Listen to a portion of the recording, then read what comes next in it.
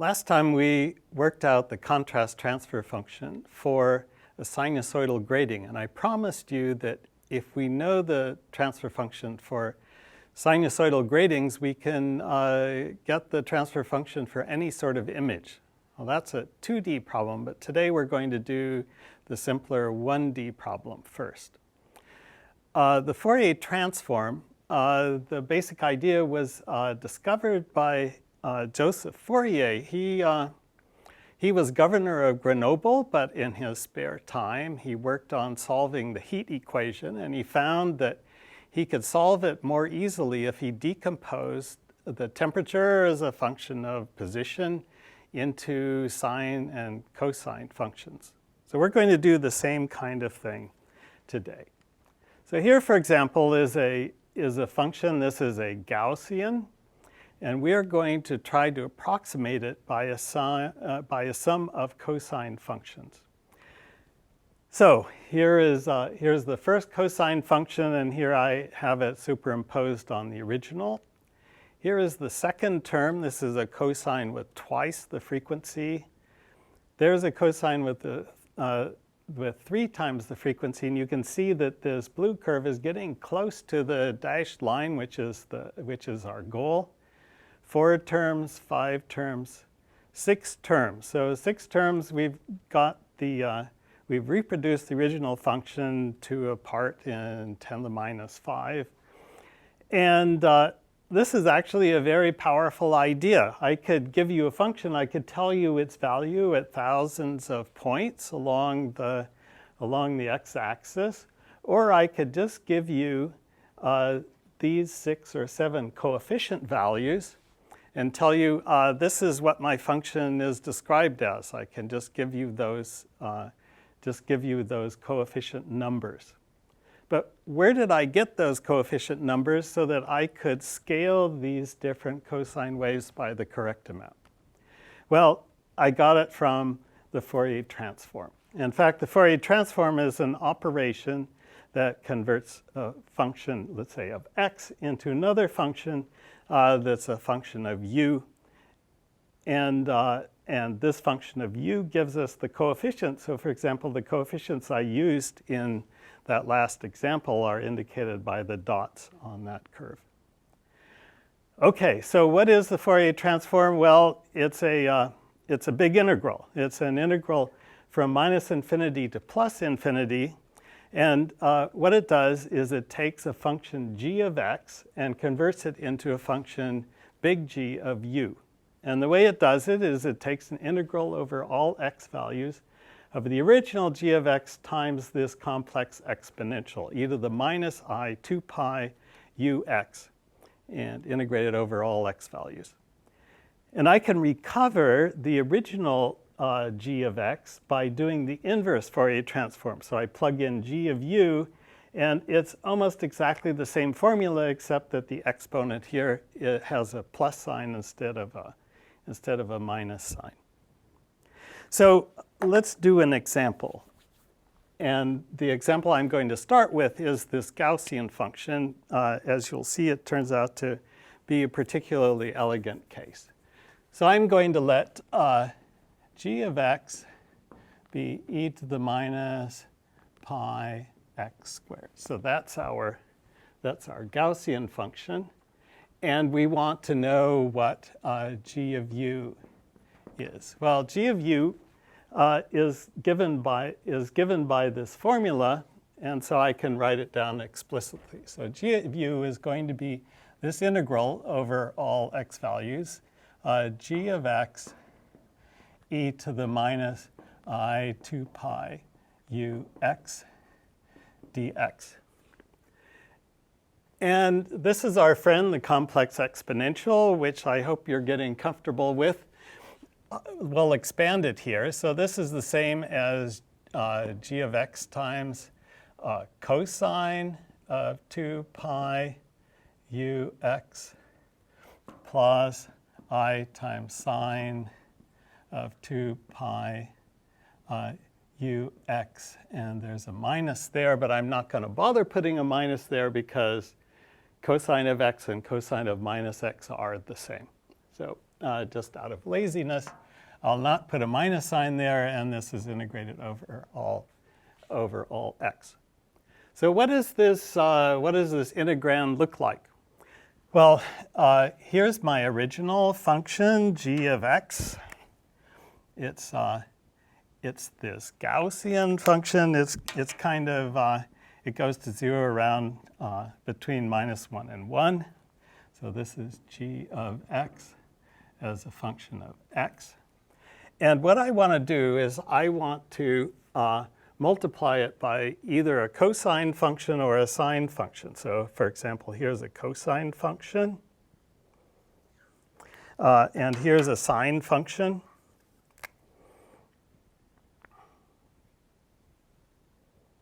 Trying to get those in correct phase. That'll do. Okay. So that's the sine function, and this one is cosine function. And so then there's a simplification hiding here, which is, turns out that because g of x is an even function, I'll try to draw it a little bit more carefully. One of these two, the sine or the cosine, is going to integrate out to 0, because what we're doing is we're taking this symmetric function and we're multiplying it by either a symmetric function, an even function cosine, or an anti-symmetric function, that is an odd function, the sine function. And I think you can see that the sine function, which spends as much time being positive as negative, is going to average out to 0 when it's multiplied by this even function. So we can ignore this part. And so finally, what we really need to do is to do this integral. G of x cosine 2 pi u x dx. And this is what g of u is. So what does this look like? So what I do is I take a cosine function like this, I multiply it by my Gaussian g of x, and then I add it all up, take the area under the curve, and do the integral. So I've done this on the computer, and here are some examples. So there's my g of x. Here is the value at u equals 1. Of this cosine 2 pi u x. So you can see u is setting the frequency with which the cosine oscillates. And so I just multiply those two together and I get this white curve. And just to guide us, I've also put in a dashed curve the original function. So I integrate the area under this and I get something like 0.8. It turns out that the area under the original g of x is exactly equal to 1. So then I start increasing the frequency. As I go to higher and higher frequency, you can see that I'm beginning to get peaks and valleys from the cosine function showing up in the product. And so this whole product is then going to integrate out to a much smaller value. And if I go up to really fast, really rapidly oscillating cosine functions, you can see that this thing averages out to something very close to 0. So what we've done here is we have obtained values of g of u at 1, 2, 3, 4, 5, and so on. And it starts out at 1, and it gets smaller and smaller and smaller, and gets really vanishingly small as we increase the value of u. Now, it turns out that I can also evaluate this for negative values of u, and that's easy because when I flip to a negative value of u, the cosine function being even gives us exactly the same result, and so we're going to get exactly the same result out of the integral, and so we will get symmetrical points here, and the final result looks like this. Looks a lot like the original function. So we can do calculus, and I just invite you to look this up in the notes if you care about it. So this is the integral we wanted to do. We can play with the exponent because these are both exponential functions. We can complete the square in the exponent and pull out the extra term. And then it turns out that this integral that's left in there is equal to 1. And so the final result is that g of u is e to the minus u squared. Minus pi u squared. So this is a really lucky situation. It turns out that you don't know yet that it's a lucky situation, but it is a unique situation in that we started out with a g of x that has this form. It's a Gaussian, and its corresponding g of u has the same kind of form. It's a Gaussian. And with this, I'm going to start building up a table of Fourier transform pairs. That is, we're going to find the g of u that correspond to particular choices of g of x. And so this is our first pair. E to the minus pi x squared gets transformed through the Fourier transform to e to the minus pi u squared. And this is a unique situation. It's also very nice in that it only takes a few terms. It only takes a small number of points to describe a Gaussian function like this. And the mathematicians say the Gaussian has a sparse representation in the basis of Fourier series. Okay, so let's try another function to start with. This is my new g of x. It's called the rectangle function. It's a function that is 0 everywhere except on this interval from minus a half to plus a half. So it's a rectangular pulse with area unit equal to 1. And so now we can do the same kind of trick here. We'll put in a cosine wave of frequency 1. There it goes. I put in a cosine wave of frequency 2, and it turns out that the proper coefficient to use there is 0. Here's adding the wave with frequency 3. That's this blue curve, and you can see that the blue curve is now beginning to approximate the square edges and the flat top of the rect function. So here's 1, 2, 3, 4, 5, 6, 7, 8, 9, 10. I decided to stop at 10 terms, and that with 10 terms we have this white curve, which you can see is not approximating the rectangular function all that well. This is a problem because we're trying to approximate a function that has a discontinuity here by this sum of very smooth continuous sine or cosine functions. And that intuitively is why the approximation is not so good. Now, if we do the Fourier transform, we can see why we have this funny problem. So I take the rect function, put it through the Fourier transform, and here are the points representing the coefficients that I plotted in the last picture. And you can see that g of u oscillates. It oscillates around 0. Every other point actually has the value 0. And it keeps oscillating on and on forever. So it does not converge all that well. So we can evaluate that function. I'll just have you look at the notes to see how you do the integral.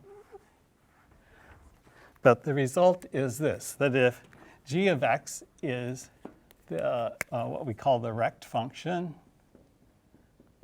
then g of u is sine of pi x divided by pi x.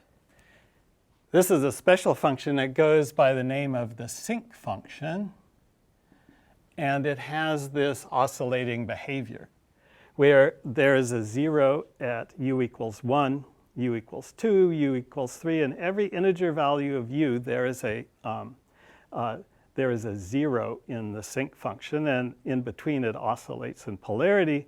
And it oscillates for a long time because you can see that as x becomes large, this shrinks only as 1 over x. So that's our second Fourier transform pair. Here I'll just say that the rect function transforms to the sinc function. I'll write it out, which is sine of pi x divided by pi x. Okay, so along with telling you some Fourier transform pairs, I'm going to tell you some Fourier transform properties. Because if we know a few Fourier transform pairs and we know a few Fourier transform properties, we can actually do a whole lot of things, as we'll be seeing later in the class. So the first property is to say that if I have two functions, I'll call them g of x and h of x, and I add them together, the Fourier transform is going to be what? Well, the Fourier transform is a linear operation. We're just taking an integral, and so the sum of these two integrals is going to be the same as the integral of the sum, and so the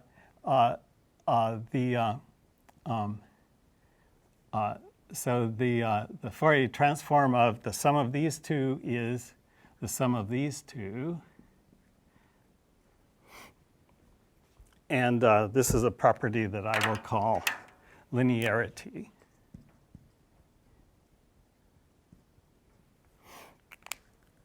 Another property I want to talk about is the scaling property. Let's do an example. Let's suppose that I'm now plotting my g of x as a function of x.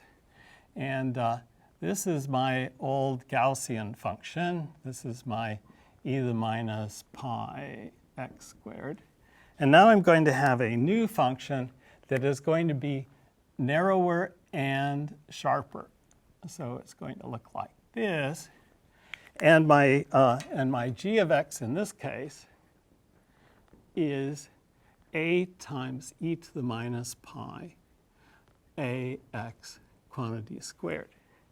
So what does this do? This a here means that it's a times taller, and this a here means that it's a times narrower. So what is the Fourier transform of that going to look like? Well, we can sort of figure that out from what we've seen in trying to do the integral numerically before. So the area under this red curve, well, all right, so first let me just put in the dots for my usual function, e to the minus pi x squared, and we get this, and this is e to the minus pi u squared. Now, what's going to happen when I have this narrower g of x? Well, now if you remember, what we're doing is we're multiplying by this oscillating cosine wave and summing it up.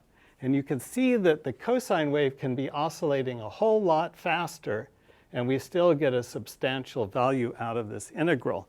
And so it turns out that the final result is that the corresponding g of u is a lot broader. And so I'll just draw it in like this.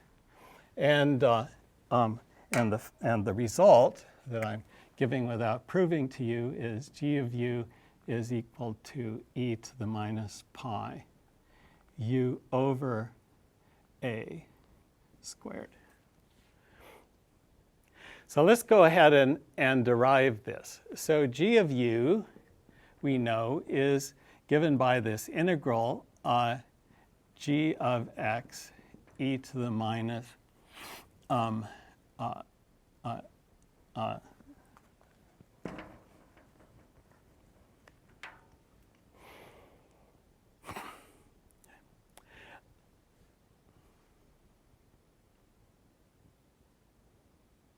Okay, so let's figure out where this formula comes from.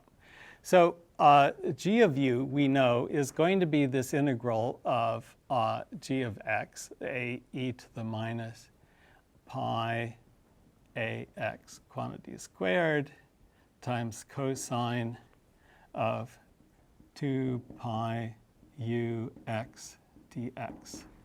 And we're done with this drawing. And we can do a substitution. I'm sorry, this is du.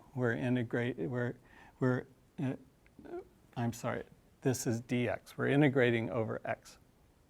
So what we can do is we can change the variable of integration. We can let y is equal to ax, and then dx is equal to dy over a.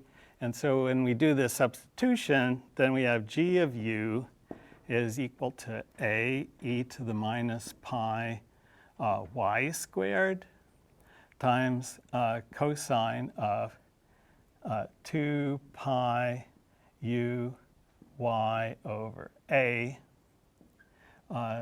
times dy over a. And you can see that the a's are going to cancel. And we could say that this is just the same as 2 pi u over a times y. And that's the only place where u appears in this equation, so that we finally see that g of u is going to be the original g of u, but with u replaced with u over a. So it's going to be this. It's going to be e to the minus pi u over a quantity squared. So we have now a new Fourier transform property, and this is called the scale property. And the scale property says a times g of ax, so I make the original function narrower and taller, and its transform is going to be g of u over a. That is, I make its Fourier transform broader by this same factor. So that's the scale property. Now, let's kind of take this to an extreme. So let's make this this function even taller and even narrower. In fact, what we'll do is we will say, let's let g of x is equal to the limit as a goes to infinity of a e to the minus pi times ax squared. Let me write this a little clearer. A e to the minus pi ax quantity squared. So what happens is a gets larger and larger.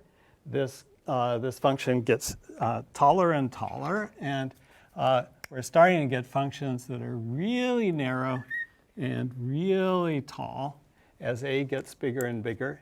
And in the end, we have a function that is so tall that its peak value is infinite and its width is infinitesimal.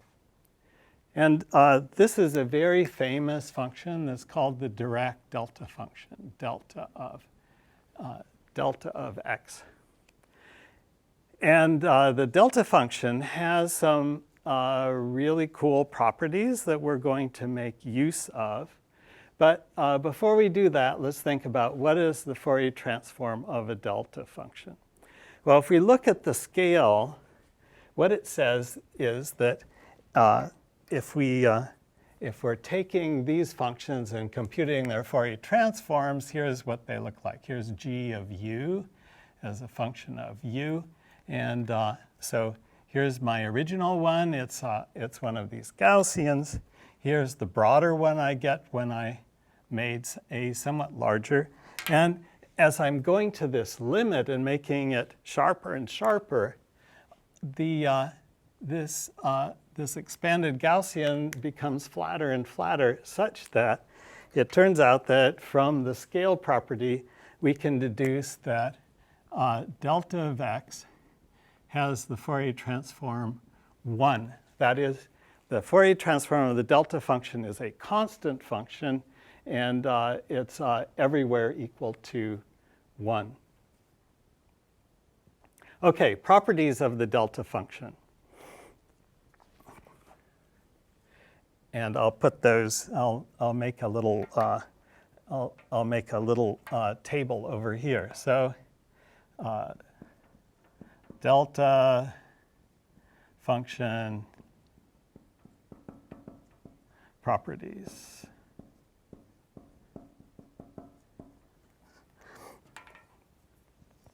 Well,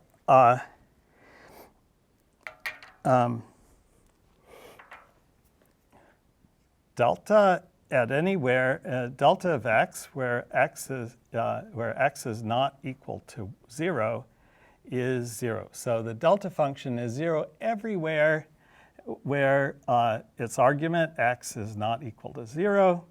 Delta x is infinite when x is equal to 0.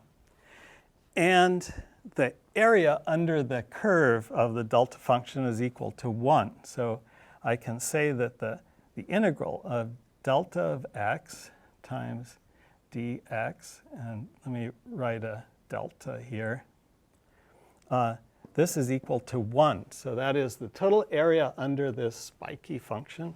Looks like that. And there's one other cool property that we may use the next time or two, and that is the following property. If I do an integral, delta of x minus b times some function of x dx, the final value is equal to f of b. Now, how does that work? Well, this is a delta function that is displaced somewhat from the origin. So delta of x minus b is a delta function that is just centered on the point x equals b. And if I multiply this by another function, I'll call this f of x, then it turns out that the only time when this integrand is not 0 is at the point where x is equal to b. So if you do that integral, what you get back is exactly that value of our original function, x, and this is f of x. So that's where this formula comes from. The delta function allows us to pick out the value of a function at a particular point.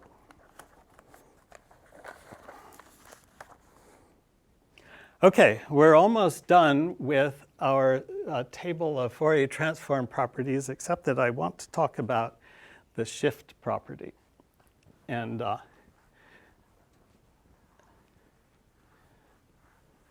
so we'll do an example of that.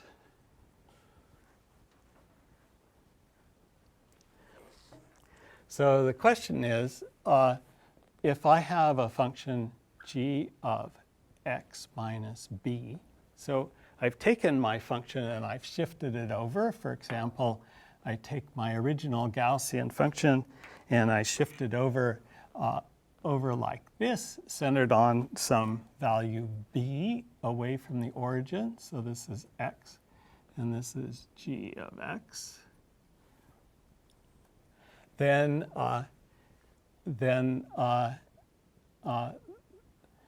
what is its Fourier transform? What is g of u? Okay, so we can work that out. So g of u is equal to our old friend, the integral g of x minus b e to the minus I 2 pi u x dx. And again, I can just do a change of variables trick. So in this case, I'm going to let x prime be x minus b. Dx is the same as dx prime. And so this is exactly the same integral, except that now I have g of x prime e to the minus I 2 pi u times x prime plus b, all times dx.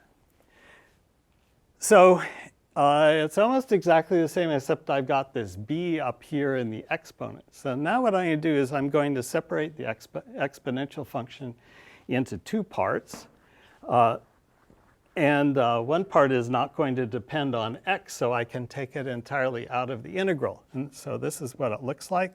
I have g of x e to the minus I 2 pi u x prime dx prime. The integrating variable is dx prime, and that's an x prime also. And this is all multiplied by e to the minus I 2 pi u b. So I took the b term out of here, and I made a whole different exponential out of it. And so we know this guy. This is our old friend, big G of u, that is the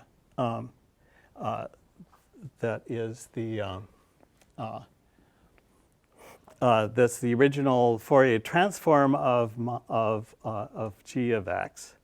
And then this is an extra term. This is that's a complex exponential. So the property here, this is the shift property, says that if I have g of x minus b, its transform is g of u times e to the minus I 2 pi u b. So here are my two original functions, and here now are the Fourier transforms of those. So here's g of u as a function of u. And I know in the original case, my original Gaussian centered on the origin just gives me a Gaussian centered on the origin. I'm going to make it plot it wider here, as you'll see in a minute. So let's suppose that it looks like this on the scale that I'm plotting it. Okay, so what about this one? If g of x is equal to this shifted function, what's the situation? Well, it's exactly the same. It's the same g of u, but it's multiplied by this complex exponential. This complex exponential is periodically changing with frequency b. And so if I have a certain degree of shift, what happens is that this function that was normally real becomes a complex number that is oscillating. And so if I tried to plot it in 3 dimensions, what I would see is this oscillation, this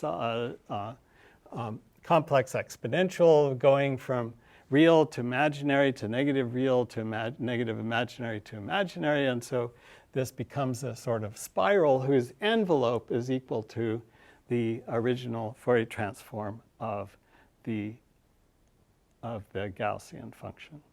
So with that, we've defined some Fourier transform pairs, and we've worked out a few Fourier transform properties. And I don't think that you can really make good use of mathematical concepts like this unless you do something with them. So, I've made up a little homework problem. So the homework problem is this. Let's suppose that our g of x is actually just the sum of two of these Gaussians. Each one is displaced by 2 units from the origin. And I want to know what g of u is.